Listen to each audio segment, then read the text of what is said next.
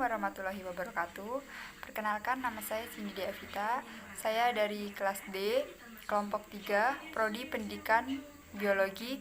Stampuk saya A2212151. Ya baik, di sini saya akan menjelaskan apa sih itu sonometer. Sonometer adalah alat untuk menunjukkan hubungan antara frekuensi suara yang dihasilkan oleh dawai yang dipetik dan tegangan, panjang dan massa persatuan panjang dari dawai. Baik, di sini saya akan menjelaskan tentang perbedaan gelombang dan getaran.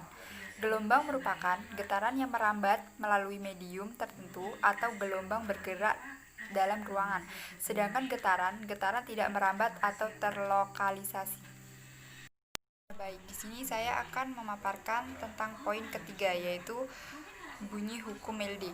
Hukum Melde mempelajari tentang besaran-besaran yang mempengaruhi cepat rambat gelombang transversal pada tali. Melde menemukan bahwa cepat rambat gelombang pada dawai sebanding dengan akar gaya tegangan tali dan berbanding terbalik dengan akar massa persatuan panjang awal. Sedangkan bunyi hukum Marsemme yang pertama, semakin panjang jarak tumpuan senar, frekuensi senar makin rendah. Dengan demikian, frekuensi senar berbanding terbalik dengan panjang. Poin kedua, semakin besar luas penampang senar, frekuensi senar semakin rendah sehingga frekuensi senar berbanding terbalik dengan akar luas penampang senar. Poin 3, semakin besar tegangan senar, frekuensi senar semakin besar. Dengan demikian, frekuensi senar berbanding lurus dengan akar tegangan senar. Sedangkan poin yang terakhir, semakin besar massa jenis senar, frekuensi senar semakin kecil. Dengan demikian, frekuensi senar berbanding terbalik dengan akar massa jenis.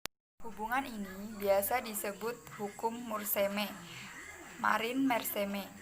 Untuk amplitudo getaran kecil, frekuensi sebanding dengan A. Akar kuadrat dari tegangan dawai, B. Kebalikan dari akar kuadrat dari massa jenis, C. Kebalikan dari panjang dawai.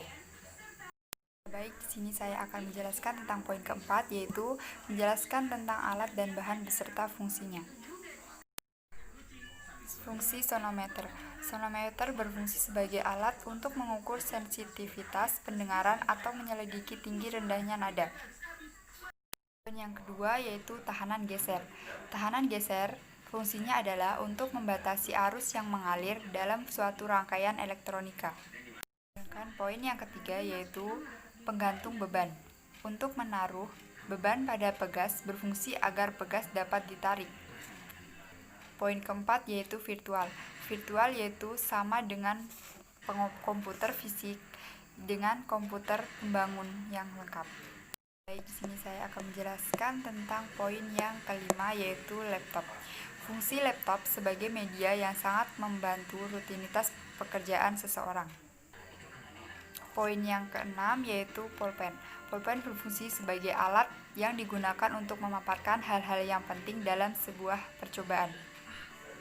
Sedangkan poin yang terakhir yaitu lembar kerja. Lembar kerja berfungsi sebagai tempat kita menulis semua hal-hal yang penting dalam suatu percobaan. Ya baik, mungkin hanya itu saja yang bisa saya paparkan tentang praktikum fisika dasar percobaan 4. Kurang dan lebihnya saya mohon maaf. Wassalamualaikum warahmatullahi wabarakatuh. They say you too tired, but I think that I lost. Mama, party girl, she just